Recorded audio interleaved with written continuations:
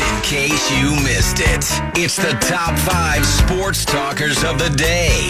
Now, it's time for Dan Barrero's Top 5 at 5. Let's get right to it, Gaardsy. I know you got a lot on your platter. We do, and we've got to get moving because we're out at 6 and Lavelle's joining at 5:30. So not a lot of wiggle room. So we are going to get right to it. Dante DiVincenzo, we got an injury update on him a little bit earlier this afternoon.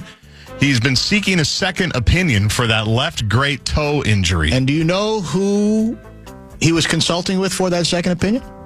Dr. James Andrews? Mayo Clinic Big Knocker. No, I'm kidding. That'd be great. I always assume the second opinion is going to be Mayo Clinic. I don't know that it was in this case. But the good news, right? No surgery. But the bad news to me, the unsettling news is he'll be reevaluated in 3 weeks. That's the update. Right? Yes. Which doesn't mean he's on the verge of coming back. What you worry is there's no guarantee that in 3 weeks it's going to get any exactly better. Right. So this is an open-ended, discouraging situation for a team that's still trying to figure out what city they live in. He had a partial tear of the plantar ligament. Ooh, that sounds painful. Stable turf toe with the partial tear of the plantar ligament. Yeah. So being reevaluated in 3 weeks doesn't mean, hey, the ball is tipped. There you are. And it means he's out at least another 3 weeks. Exactly. Minimum. And then you got to ramp back up and basketball activities and blah, blah, blah. Maybe we're not going to... We can't miss the playoffs this year, can we? It'd be hard to think that. By the way, there's rumors that we may be originating. Yes. From Target Center on Monday night. Can you confirm? I can confirm. Skyway Cage. 3 to 6:30 against the Atlanta Hawks. Game right here on the Fan. Hated rival. The history between these two teams, how far back does it go? How ugly and sordid has it been over the decades? With Dominique Wilkins, Kevin Willis, That's it. Spud Webb. Think about it. I think of some about of the it a names. lot. Yeah. John Koncak, I think he was a Hawk. Anthony Edwards is questionable for tomorrow's game against the Denver Nuggets with an illness. Uh-oh. So don't know what that's about. It's rivalry week, man. We need them. And it's the Nuggets, and it's a 2 o'clock game. It's national TV. Oof. Ant's got to be there. But he's questionable with an illness. So there's that. If Ant doesn't play because of the illness, and DiVincenzo doesn't play because we know he's out for 3 weeks, do you think Dilly can get more than 12 minutes? I was going to say, it's got to be free Dilly, doesn't it? The nation will learn of Rob Dillingham. I hope so. If not, then it ain't ever going to happen. And Minot's disappeared. Yeah, he has after a stretch of good activity. Finchie said, I think today at practice. Luka has never appeared. No. Even though we don't really have a backup center. He's good with the bench reactions, though. Yes, My son loves him on the bench reactions. He does lead the bench reaction corps. He knows exactly what he's supposed to do. Head tap, point. Yeah, the point. He knows all of it. The pout, the stare of like, oh my God, did I just see that? Luka. He's got them all. He's a good teammate. He may never play, but he's got that going for him. So that's tomorrow, 2 o'clock. On the Fan? No, Gopher basketball's on the Fan. They play at 3 against Oregon. So it's a good basketball afternoon. It is. It's a shame they're that close, proximity time-wise. I know. My family and I are going to Gophers, Oregon. Yeah. We can't go to Wolves because we got something until like 2:30, so we had to make a choice. But make a decision. Gophers, Oregon tomorrow. So there's that. Okay. What do I want to do next? We can straddle and go. You want to? We can. Let's do that. Is there enough meat on the bone? Yes. I'm fine doing it that way. Because Pete Carroll's back. Okay, we should mention that. And I do want to give some details coming out of one of your favorite days, the Twins Media Luncheon. Oh. Which we can never attend because it's always during Enough Said. I used to go regularly. Yeah, of course you did. Why wouldn't I? Mace wouldn't be surprised. Right. It's good food in the Metropolitan Club. So let's do that. We'll give you details on what the Twins have for their subscription-based, television package, basically. Because they're not on FanDuel. They're on their own bit. So we'll give you details on that when we come back, as well as the NFL news of the day. Even better. Fan wants to give you a shot. One more. To put $1,000 in your hand this week. The final keyword is credit. If you go to KFAN.com, enter our national cash contest by entering the keyword credit. Just in case you missed it, it's the top 5 sports talkers of the day. Now, it's time for Dan Barrero's Top 5 at 5. Held over because my clock management today kind of broke apart when we had Gerald Posner on between 4 and about 4:35. I do have, by the way, before we talk to Lavelle, another JFK Assassination Files nugget from another significant contributor to the Bumper to Bumper show with very much firsthand knowledge who was listening. Oh, yeah. To our conversation with Posner. So I'll get to that. Towards the end of this segment. No, I'd say even before we introduce Lavelle at 5:30. Minnesota Twins had their media luncheon today. Was it emotional? I missed it. It's good food, good feedback. I don't think I've ever been invited. We all get emails. Oh, we do? Yeah. Oh. If you're on the list, I assume you're on the list. I don't think I'm on the list. You're Dan Barrero. You're on every list. I don't think I'm on the list anymore. Check your junk file or your folder. It's on the left. Spam. Check your spam. Yeah. Everybody's been wondering about the direct-to-consumer Minnesota Twins broadcast deal, right? The streaming deal. I can't sleep. We've had, we think, reports on pricing over the last few months, speculation on pricing. $19.95? A month. $19.99 a month, and then $99.99 a season if you want to do it that way. Like every subscription, except The Athletic, which I have no idea what we pay or how often we pay. Hundreds of dollars we're paying. And still haven't gotten a hat, let alone a hoodie, from either Johnny Athletic, Alec Lewis, or Russo Radio. But as St. Peter says, for the first time ever, there will be no streaming blackouts for Twins TV in Minnesota, North Dakota, South Dakota, Western Wisconsin, and the entire state of Iowa. Remember, there was like Iowa couldn't watch Major League Baseball, which is so bizarre because there's Cubs fans there, there's Royals fans there, there's Twins fans there. Because of all that, they were considered the area for all the blackouts you just couldn't watch, which is just ridiculous. Major League Baseball was dead to them. It was. To the state of Iowa. It's crazy. Yeah. At least on television. So that's done now for Twins fans because they can watch it on the new Twins channel, whatever they're calling it. That's available, as I mentioned, for $99.99 a season or $19.99 a month. What else did I want to talk about from there? Nothing major. That's the big one. Streaming option. Yeah, well, which is essentially the option. So, okay, for example, if I if I have DirecTV and I have what used to be Bally, what's it called now? FanDuel. Do I have to pay like another $20 or is that part of whatever tier I'm in already? You know what I'm saying? I think it should. I think it should be in there.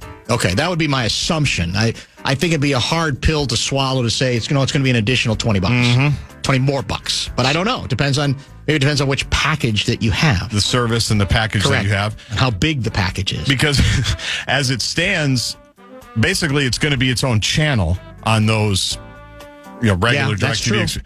And there's nothing else on it except Twins games. So you just go to it, half hour before the game, whatever. Here comes Audra Martin to welcome you to Target Field. Yeah. And here we go. We're off. Corey Provis, Morneau, the whole bit. So that's not going to be a Bally production or a FanDuel production. This Correct. is a whole new production. Correct. Okay. Exactly right.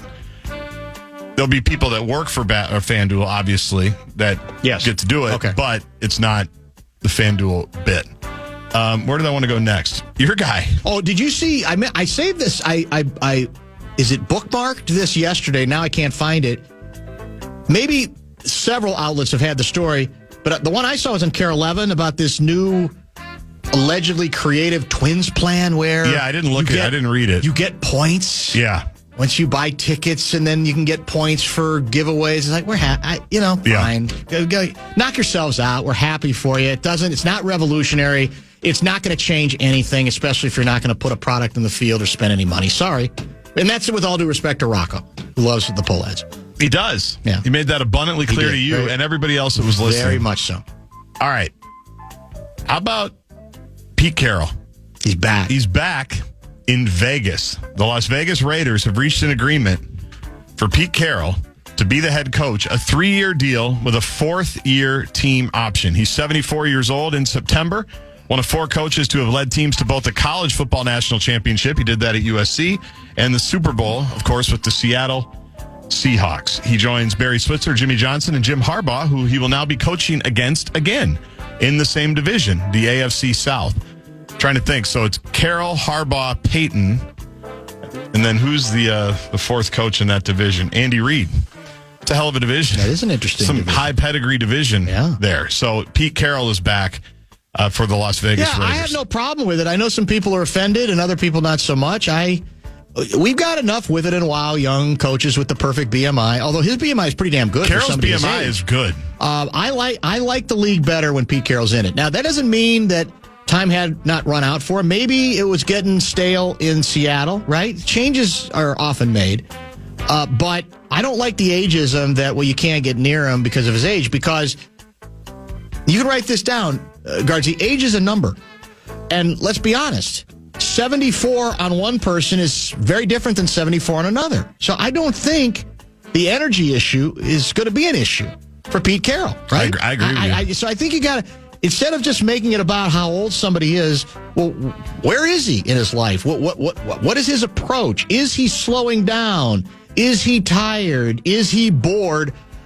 He might well have his batteries recharged by, the time off and getting another shot. Now, the biggest issue he's got is the same issue any coach has. Does he have a quarterback?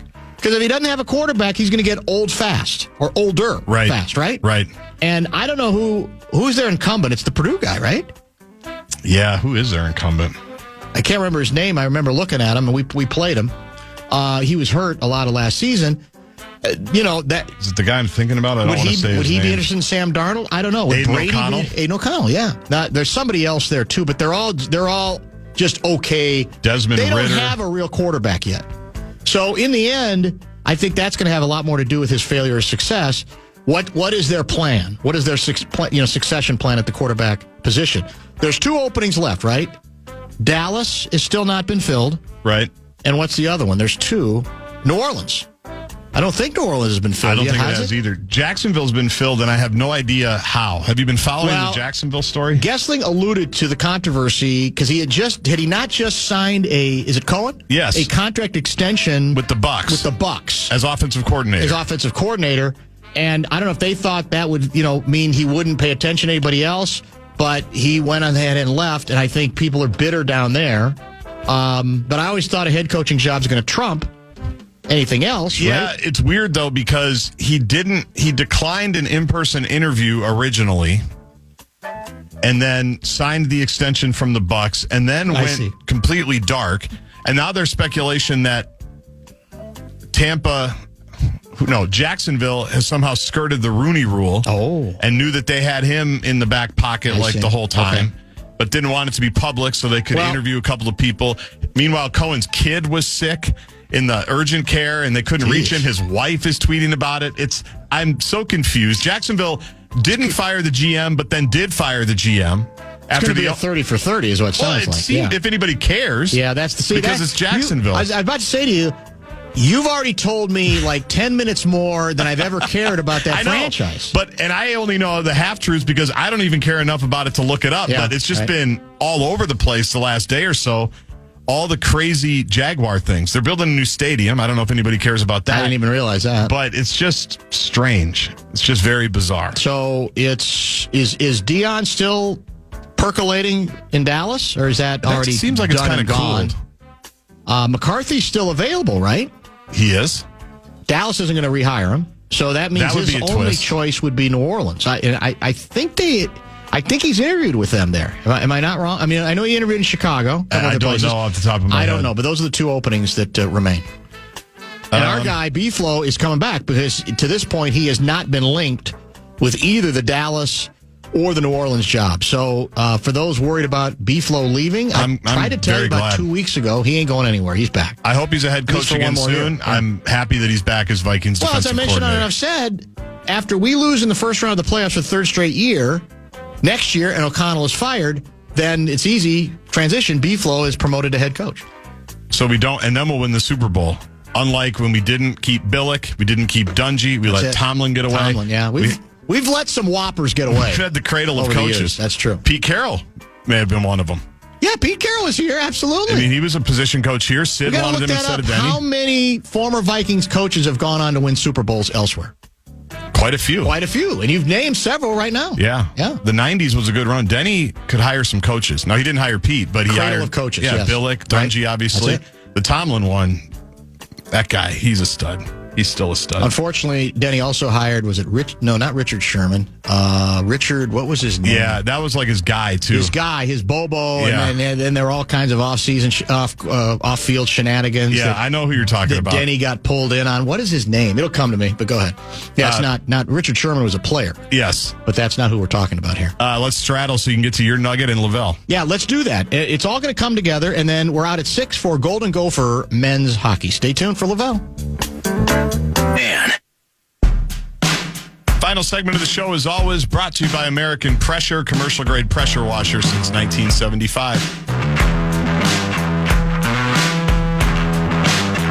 It's the Bumper to Bumper Show Wrap.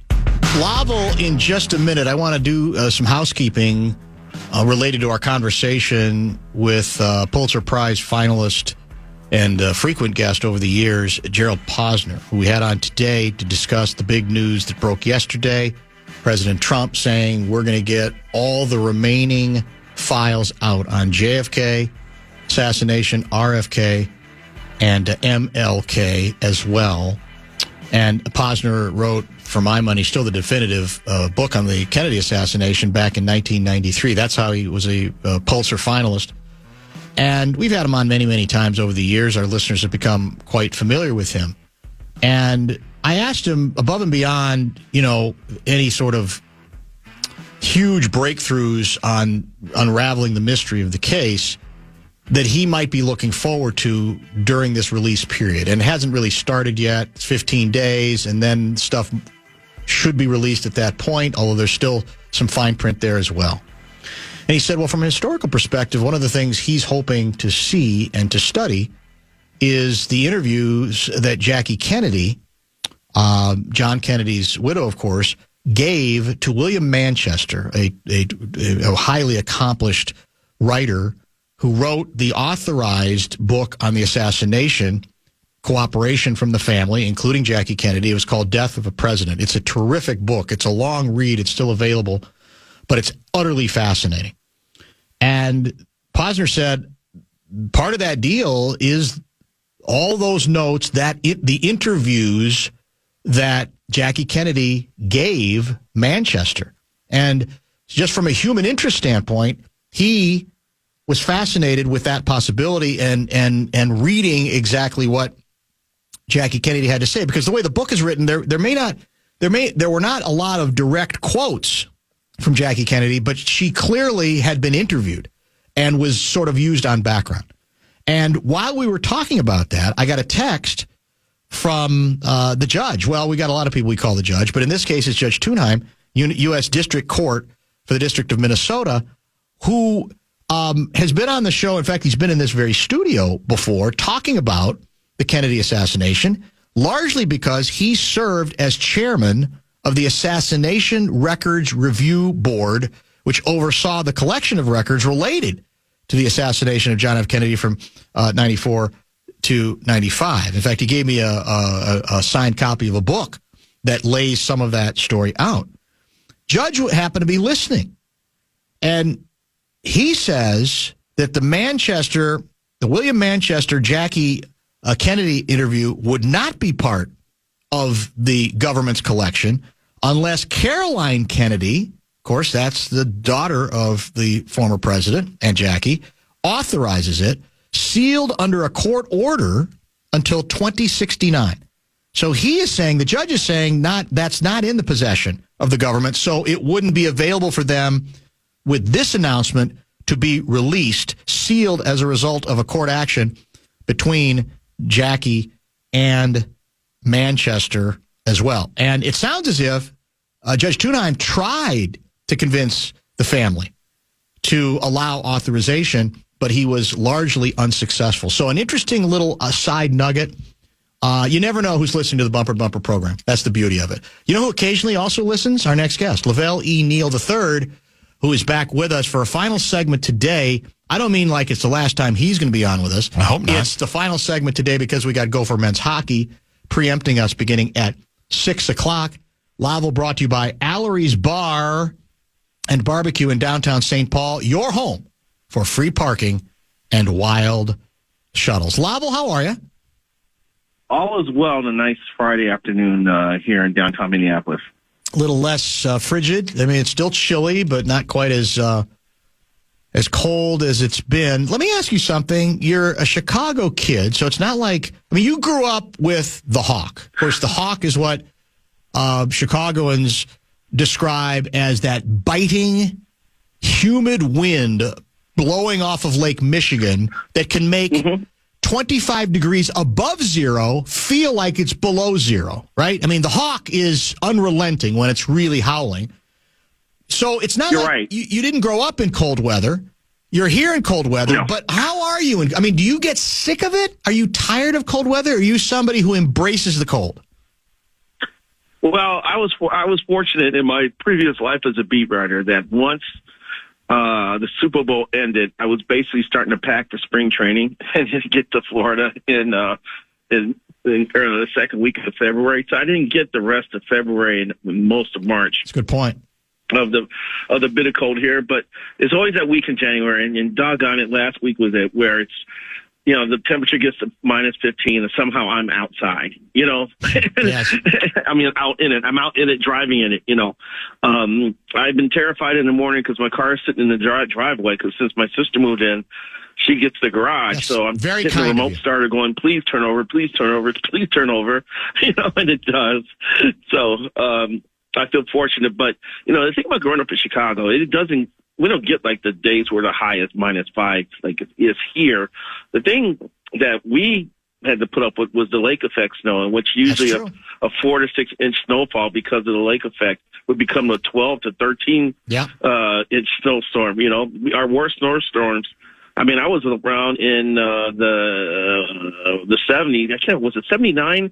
I think we got like 24 inches of snow in like a 36-hour period. And that's debilitating. And we don't have the snow removal equipment that Minnesota has. But it was a good time to make money because I would just go out and shovel people's sidewalks and get, $3-4 a pop. Very enterprising. Try to, monetize the situation. But it was more the lake effect snow than the Hawk. But the Hawk is no joke. No, you don't mess with the Hawk. Especially in the wintertime, and especially when the waves are crashing near Lakeshore Drive when it's only like 15 degrees outside. Yeah. That's a sight to behold. A humid cold it goes to your bone, man. It's a chilling cold that measures up with like minus 15 temperature when it's drier. There's no question about that. All right, let's get your view on. We had Sean Salisbury on yesterday, and first time we had a chance to chat since the Vikings' most recent debacle. And I asked, Sean, all right, so do you just move on? You say, thank you, Sam. It was a nice run, but it's just not going to work out here. We got to move on to the next chapter. And he said, well, it depends. He said, if the market dissolves for him nationally, which it could possibly, he says, I'll bring him back. If I can bring Darnold back at between $15 and $18 million a year for each of 2 years, he said, I'd absolutely bring him back. Now, the question is whether that's, practical, that there's going to be somebody out there that's going to offer more money that's desperate enough at the position. But I do think we run into that bit where it was so bad, it's almost like we want out. We're done. We thank you for the regular season, but that was so awful, we do not want to invest.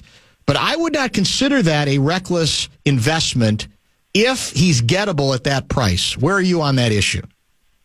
I think 14-18 would be manageable, but I don't know if it's going to fall to the Vikings that far. There's still people out there who think that Darnold has at least still put himself in the Baker Mayfield category where he can go for 3 years and $100 million. Right. And, there's a couple teams out there that really use a quarterback. Pete Carroll, the new Raiders coach, may decide, Darnold would give us some stability here. It's not a strong quarterback class. Sure. I'm not a believer in Aiden O'Connell. So, let's do this, So, I don't see it. I think it's more dangerous for the Vikings to franchise him. The thought was sexy about a month ago, franchising Darnold and then working out a trading it and some capital back.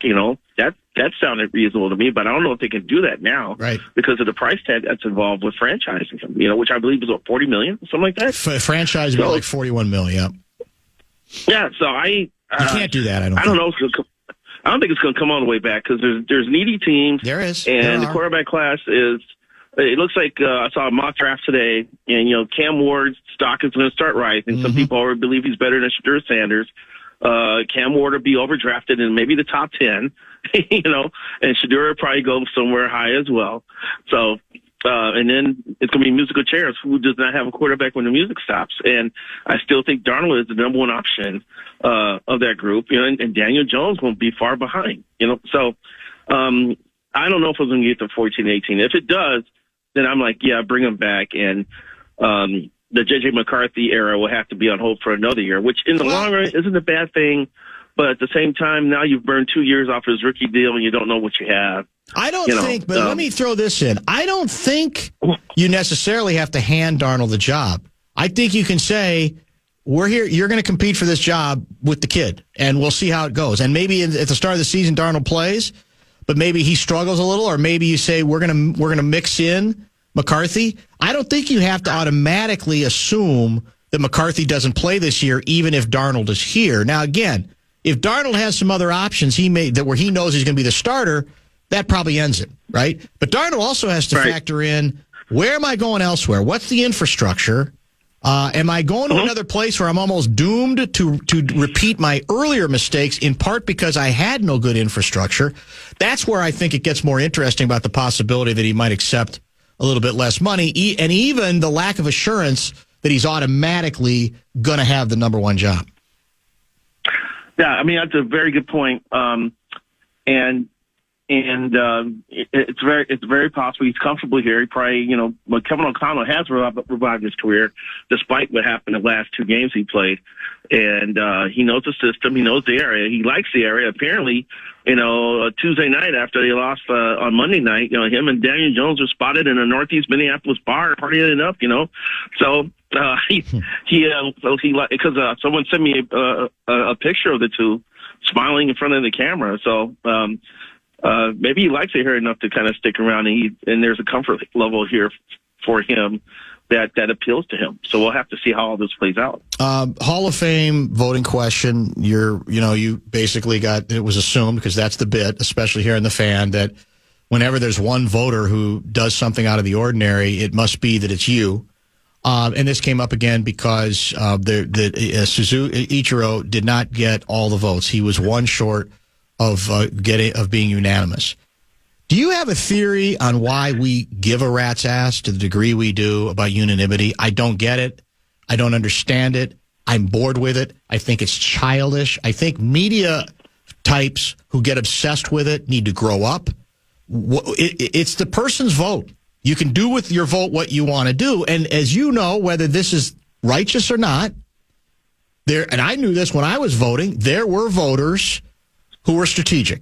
And they said, look, I know Suzuki's in. There's a couple people, though, I think deserve consideration. So I'm going to use my ballot to try to take care of them as well. And why people don't even understand that, whether they agree with it or not, that's up to the individual to determine what they want to do with their vote. Why are we so obsessed with unanimity when, Babe Ruth wasn't unanimous? No, Ricky Henderson wasn't. Ken Griffey wasn't. Right. I don't think Jeter was. I think Mariano Rivera was. Rivera was. Some of the all-time greats weren't. Bob Gibson wasn't. It's amazing when you think about it that that does happen. But it's a vote. You get to vote who you want to vote for. Exactly. That's why we have elections in this country. To be honest with you, Dan, when you have more than 350 people voting on something, you're going to have someone who's nuts. Exactly right. With a ballot in front of him or her who are going to fill it out for whatever reasons. We've had writers send in blank ballots in protest. We've had voters who vote for 10 people every year. And I do know, one of my competitors years ago was of the theory that, well, this guy's definitely getting in, so I'm not going to give him a vote. I'm going to try to support some other people who probably need to stay on the ballot or just to help their candidacy, So once upon a time, Lavelle, all we cared about are you in or not in, right? That was it. He's in the hall. And the number should just be factually just writing the news of it. But any more attention beyond that, it's confounding to me because this is a change that's taken place just over the last, I think, 10 years or so. And I for the life of me, don't get it. I think at least we've moved on from the first ballot Hall of Famer category, where people were like, well, he's got to be truly great to get in on the first ballot. I don't think that's a big deal as it used to be. I agree. So as the voting group has improved, I will tell you a funny story though. Because of all these replies on my Twitter/X account about you had to be the one. Come on, Lavelle, you didn't do it again. You just want to get a free drink from each row, don't you? And even Gaardsy attacked me and said, publish your ballot. And I said, no, I'm going to sit here and see how far people go running with this bit, regardless if they're serious or not. I just want to see the carnage, because I'm all about the carnage, Sure. I'm all about upheaval. But Wednesday night was the annual Old Timers Hot Stove Banquet at Southview Country Club, when a bunch of Twins officials show up. And I go every year because I'm friends with some people who are in that Old Timers group. So I'm always sitting at a table enjoying the speeches and everything. And Dave St. Peter was the first person to speak. And so Sean Harrison, the PR guy for the Saints, and the radio announcer asked Dave a couple of questions. He said, but first, hey, I want to just say it's been a great week for baseball. The Hall of Fame class was announced. Ichiro Suzuki, Billy Wagner, and Cece Sabathia got in. Ichiro was nearly unanimous. Only one person left off his ballot, and the rumor is that one person is in the audience tonight. Lavelle Neal III of the Star Tribune. It never stops. And so now the whole place is, what? They're all exclaiming. I'm like, no, I wasn't the one. All right. It's gone out so hard. But now the Twins are running with it. Rocco made note of it when he spoke. Salvi did. And then I asked Ty McDevitt, the head coach of the Gophers, kind of a tricky question, because the Gophers getting screwed over by the people who operate U.S. Bank. They only had 10 dates to play games during the winter this year. They used to get more than 20. And right now they have no dates confirmed for next year. And as well as over local colleges like Augsburg and Hamlin, who use the place to play baseball. And when it's still cold outside, they're in limbo too. So it's really affecting amateur sports, and I think it's a crime. So I asked Ty McDevitt about it. It was kind of a juicy question. He didn't want to be controversial, so there was a pause. And even Ty goes, "Can we just talk about Ichiro?"